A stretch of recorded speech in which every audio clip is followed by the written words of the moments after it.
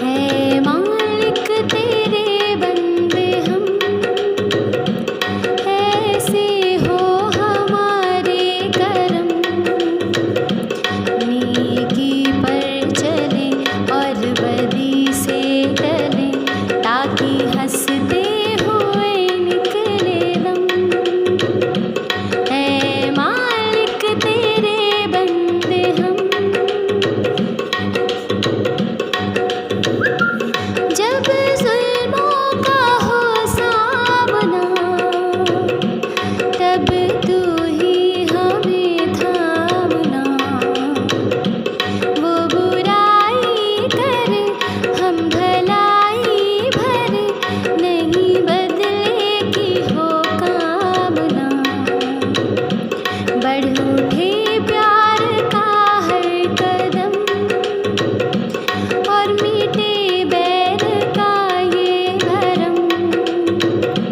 नेकी पर चले और बदी से टले, ताकि हंसते हुए निकले दम। है मालिक तेरे बंदे हम, बड़ा कमजोर है आदमी, अभी लाखों है इसमें कमी। पर तू जो खड़ा है दयालु बड़ा, तेरी कृपा से धरती थमी।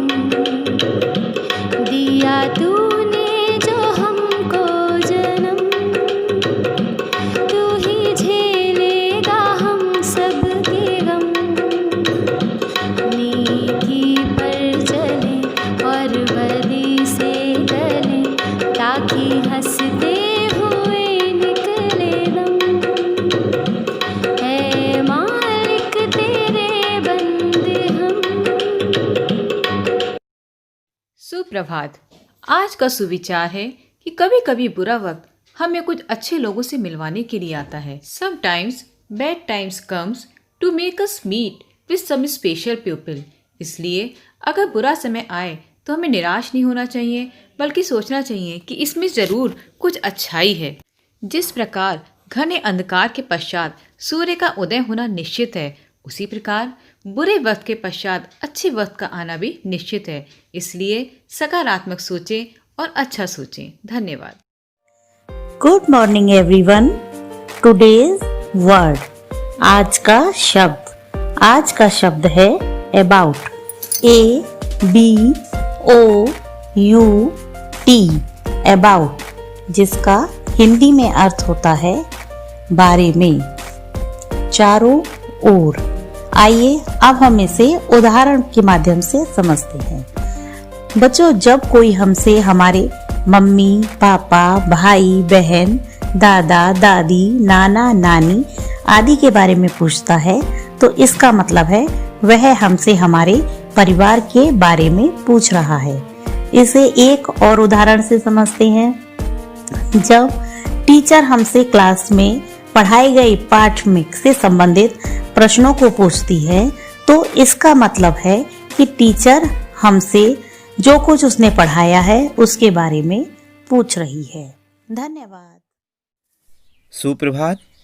प्रस्तुत है आज की पहेली।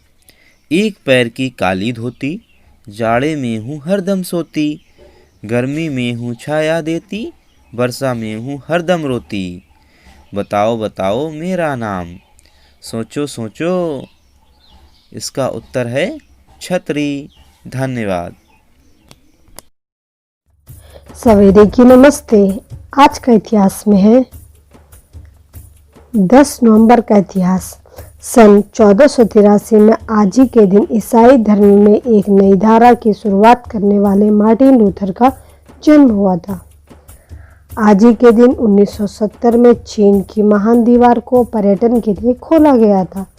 धन्यवाद। आज के लिए बस इतना ही। नमस्कार प्यारे बच्चों, जानिए आज का विशेष मेरे साथ यानी अर्चना पांडे के साथ। आज है 10 नवंबर और 10 नवंबर को हम मनाते हैं विश्व विज्ञान दिवस। बच्चों, विश्व विज्ञान दिवस प्रत्येक वर्ष 10 नवंबर को दुनिया भर के कई देशों में शांति और विकास के लिए विश्व विज्ञान दिवस मनाया जाता है। इसके तहत शांति और विकास कार्यों में विज्ञान के योगदान के बारे में भी बताया जाता है। बच्चों, आइए आपसे इसके उद्देश्यों को साझा कर लिया जाए। शांति और विकास के लिए विश्व विज्ञान दिवस शांति एवं विकास कार्यों में विज्ञान के योगदान के बारे में जागरूकता बढ़ाने के लिए मनाया जाता है। इसे सभी विज्ञान संस्थान जैसे राष्ट्रीय एवं अन्य विज्ञान प्रयोगशालाएं, विज्ञान अकादमी, स्कूल और कॉलेज तथा प्रशिक्षण संस्थानों में विभिन्न वैज्ञानिकों गतिविधियों के संबंधित प्रोग्राम आयोजित किए जाते हैं। आशा है आज का विशेष आपको अच्छा लगा होगा। इसी के साथ नमस्कार, आपका दिन शुभ हो। नमस्कार, अब चलते हैं आज की प्रश्नोत्तरी की ओर। आज की प्रश्नोत्तरी का पहला प्रश्न है, किस विटामिन में कोबाल्ट होता है? इसका उत्तर है विटामिन B12। अगला प्रश्न है, एनीमिया किस विटामिन से ठीक हो जाता है? इसका उत्तर है विटामिन B12। अगला प्रश्न है, रतौंधी रोग किस विटामिन की कमी से होता है? इसका उत्तर है विटामिन A। अगला प्रश्न है, विटामिन B की कमी से कौन सा रोग होता है? इसका उत्तर है बेरी। अगला प्रश्न, विटामिन C की कमी से कौन सा रोग होता है? इसका उत्तर है स्कर्वी। धन्यवाद। गुड मॉर्निंग प्यारे बच्चों, चलिए पढ़ते हैं आज की राइम। राइम है एक मोटा हाथी। एक मोटा हाथी घूमने चला, मकड़ी के जाल में जाके वो फंसा। जाल को देखा, देख के डरा, दूसरे हाथी को इशारे से बुलाया, इधर आ इधर आ इधर आ। दो मोटे हाथी घूमने चले, गहरी नदी में जाके वो गिरे।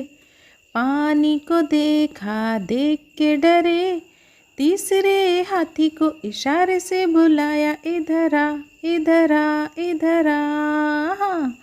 तीन मोटे हाथी घूमने चले, शिकारी के पिंजड़े में जाके वो फंसे। शिकारी को देखा, देख के डरे, चौथे हाथी को इशारे से बुलाया, इधर आ इधर आ इधर आ। चार मोटे हाथी घूमने चले, चारों जाके कीचड़ में वो गिरे। खुद को देखा, देख के डरे, पांचवें हाथी को इशारे से बुलाया, इधर आ इधर आ इधर आ। पांच मोटे हाथी अपने घर चले, मकड़ी के जाल में जाके वो फंसे। मकड़ी ने देखा, देख के हंसी, उसने अपना जाला हटाया। सारे हाथी मिलके झूमने लगे, सारे हाथी मिलके नाचने लगे, सारे हाथी मिलके खेलने लगे, सारे हाथी मिलके कूदने लगे। सुप्रभात। आज की कहानी का शीर्षक है दोस्ती की परख। एक बार की बात है, एक बकरी थी। वो बहुत खुशी खुशी अपने गांव में रहती थी। वो बहुत मिलनसार थी। बहुत सारी बकरियां उसकी सहेलियां थीं। उसकी किसी से कोई दुश्मनी नहीं थी। वो सभी से बात कर लेती थी और सभी को अपना दोस्त मान लेती थी। सभी कुछ अच्छा चल रहा था, लेकिन एक बार वो बकरी बीमार पड़ी और इस कारण वह धीरे धीरे कमज़ोर होने लगी। इसलिए अब वो पूरा दिन घर पर ही बिताने लगी। बकरी ने जो खाना पहले से अपने लिए जमा करके रखा था, अब वो भी खत्म होते जा रहा था। एक दिन उसकी कुछ बकरी सहेलियां उसका हाल चाल पूछने उसके पास आईं। तब ये बकरी बड़ी खुश हुई। इसने सोचा कि अपनी सहेलियों से कुछ और दिन के लिए वह खाना मंगवा लेगी। लेकिन वे बकरियां तो उससे मिलने के लिए अंदर आने से पहले ही उसके घर के बाहर रुक गईं और उसके आंगन में रखा उसका खाना घास फूस खाने लगीं। ये देखकर अब इस बकरी को बहुत बुरा लगा और समझ में आ गया कि उसने अपने जीवन में क्या गलती की। अब वो सोचने लगी कि काश हर किसी को अपने जीवन का हिस्सा व दोस्त बनाने से पहले उसने उन्हें थोड़ा परख लिया होता तो इस बीमारी में उसकी मदद के लिए कोई तो होता। इस कहानी से हमें शिक्षा मिलती है कि दोस्ती करने से पहले हमें उसके बारे में कुछ ना कुछ थोड़ा जान लिया जाना बहुत ज़रूरी है। Thank you. सुप्रभात, मैं प्रेम वर्मा। आज के मोटिवेट योरसेल्फ में हम बात करेंगे आदर्श शिक्षण सूत्रों की। यहाँ पर हम कुल 7 सूत्रों पर बात करेंगे जिन पर हम एक शिक्षक के रूप में काम करें तो हम एक बेहतर शिक्षक बन सकते हैं। पहला, आप अपने सभी छात्रों से एक समान प्रेम एवं स्नेह का भाव रखें। यदि कोई छात्र मंद बुद्धि का है तो भी इससे आपके छात्रों का आत्मविश्वास बढ़ता है और आप उनका मन जीत लेते हैं। दूसरा, कक्षा में आपका व्यवहार ऐसा हो कि आपके छात्र बेहिचक आपसे अपनी उत्सुकता और प्रसन्नता जाहिर कर सकें। नंबर 3, छात्रों का मन उनके आसपास के वातावरण के प्रति कौतूहल और ढेर सारी जिज्ञासाओं से भरा होता है। हमें धैर्यपूर्वक उनके प्रत्येक प्रश्न का उत्तर देना चाहिए जिससे उनके जिज्ञासु मन को प्रोत्साहन मिल सके। नंबर 4, हर छात्र स्पेशल होता है और हर छात्र में जन्म से ही कुछ न कुछ गुण जरूर छिपे होते हैं। कुछ को संगीत में तो कुछ को चित्रकला तो कुछ को खेल में रुचि होती है। आप एक शिक्षक के रूप में उसकी रुचि तराशने और निखारने हेतु बेहतर वातावरण उपलब्ध कराएं जिससे उनके वो गुण बाहर आ सकें। नंबर 5, एक शिक्षक के रूप में हम अपने छात्रों को उनके सतत ज्ञानवर्धन और बौद्धिक विकास हेतु आवश्यक सभी प्रकार की शैक्षणिक सामग्री उपलब्ध कराएं एवं उनका योग्य मार्गदर्शन करें। नंबर 6, आज के छात्र कल के देश के आदर्श नागरिक बनकर देश की सेवा करें। इसे सुनिश्चित करने के लिए हम अपने आचरण द्वारा उनके मस्तिष्क में कर्तव्य बोध, प्रेम, बुद्धिमानी आदि के भाव अंकित करें तथा प्रसंग आने पर कठोर व्यवहार भी करें। नंबर 7, अपने छात्रों का संकट, बुरी संगत तथा अयोग्य विचारों से संरक्षण करने का प्रयास करें क्योंकि बाल्यकाल से ही सभी अच्छी और बुरी आदतों की नींव पड़ती है। उपरोक्त बातें बेसिक शिक्षा को ध्यान में रखकर कही गई हैं। यदि इनके अतिरिक्त भी आपके पास कोई विचार हो तो अवश्य साझा करें। धन्यवाद। आप सभी को संजीव शर्मा का एक बार फिर से नमस्कार। आप देख रहे हैं प्रेरणा सूची आधारित लर्निंग आउटकम के लिए हमारा प्रोग्राम, जिसमें हम प्रतिदिन एक लर्निंग आउटकम को लेकर गतिविधि का निर्धारण करते हैं।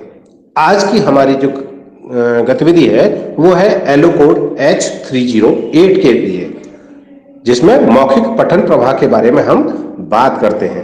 अर्थात छात्र अलग अलग शैली के बातों को समझते हुए पढ़ लेता है और शब्दों का अर्थ समझ पाता है। तो आइए देखते हैं किस प्रकार से इस लर्निंग आउटकम को प्राप्त किया जा सकता है। यहां दी गई गतिविधि एक उदाहरण मात्र है। शिक्षक ऐसी ही अन्य गतिविधियां अपनी शिक्षण योजनाओं में लिख सकते हैं। साथियों, हमारी आज की गतिविधि का नाम है देखभाल कर बोलो जी। हम इस गतिविधि के माध्यम से छात्रों में यह क्षमता उत्पन्न करने का प्रयास करेंगे कि वो किसी भी परिस्थिति को देखते हुए स्वयं उन बातों को अभिव्यक्त कर सकें। इस प्रकार की क्षमता के विकास के लिए हम इस गतिविधि में कार्य कर रहे हैं। आपको क्या करना है कि शिक्षक छात्रों से कहें कि कक्ष में वो जितनी भी चीजें देख रहे हैं, जितनी भी वस्तुएं देख रहे हैं, उन्हें ध्यान से देख लें। देखते रहें। मैं घूमते हुए जिस छात्र के कंधे पर हाथ रखूंगा और जिस वस्तु या आकृति का नाम लूंगा तो तुरंत आप अपनी आंखें बंद करेंगे और उस विषय पर, उस वस्तु के बारे में या उस चीज के बारे में कम से कम 4 लाइन अवश्य बोलनी होंगी। याद रहे, इसमें बहुत अधिक समय नहीं लगना है। शिक्षकों को चाहिए कि अवलोकन के लिए छात्रों को कम से कम 5 मिनट का समय अवश्य दें। बाद में यही प्रक्रिया आप पाठ्यपुस्तक में भी अपना सकते हैं। जिस तरह से पाठ्यपुस्तकों में विभिन्न पाठों के चित्र दिए हुए होते हैं, तो पहले उन चित्रों को अवलोकन करने को कहें और फिर किताब बंद कर उसके बारे में बोलने के लिए कहें। आप देखेंगे कि छात्र ज्यादा से ज्यादा अभिव्यक्त कर पा रहे हैं और स्वयं के अनुभवों को और विचारों को आपके साथ साझा कर रहे हैं। तो इस प्रकार से हम इस लर्निंग आउटकम को प्राप्त करने के लिए यह गतिविधि कक्षा कक्ष में करा सकते हैं। सभी शिक्षक साथियों से अनुरोध है कि गतिविधि को रोचकतापूर्ण तरीके से कराएं और गतिविधि कराने से पहले समुचित निर्देश अवश्य प्रदान करें। छात्र जब भी अपनी बात कह रहे हों तो उनको ध्यान से सुने, उनके हाव भाव को पहचानते हुए इस प्रकार से उनकी मदद करें कि उनको भी लगे कि आप उनके प्रति गंभीर हैं। गतिविधि को रोचक बनाए रखने के लिए आपकी सक्रिय भागीदारी बहुत अधिक जरूरी है, पर याद रहे छात्र आपसे अधिक सक्रिय होने चाहिए। तो कराते रहें गतिविधि और हासिल करें प्रेरणा लक्ष्यों को। हम बनाएंगे प्रेरक प्रदेश उत्तर प्रदेश। जय हिंद, जय शिक्षा।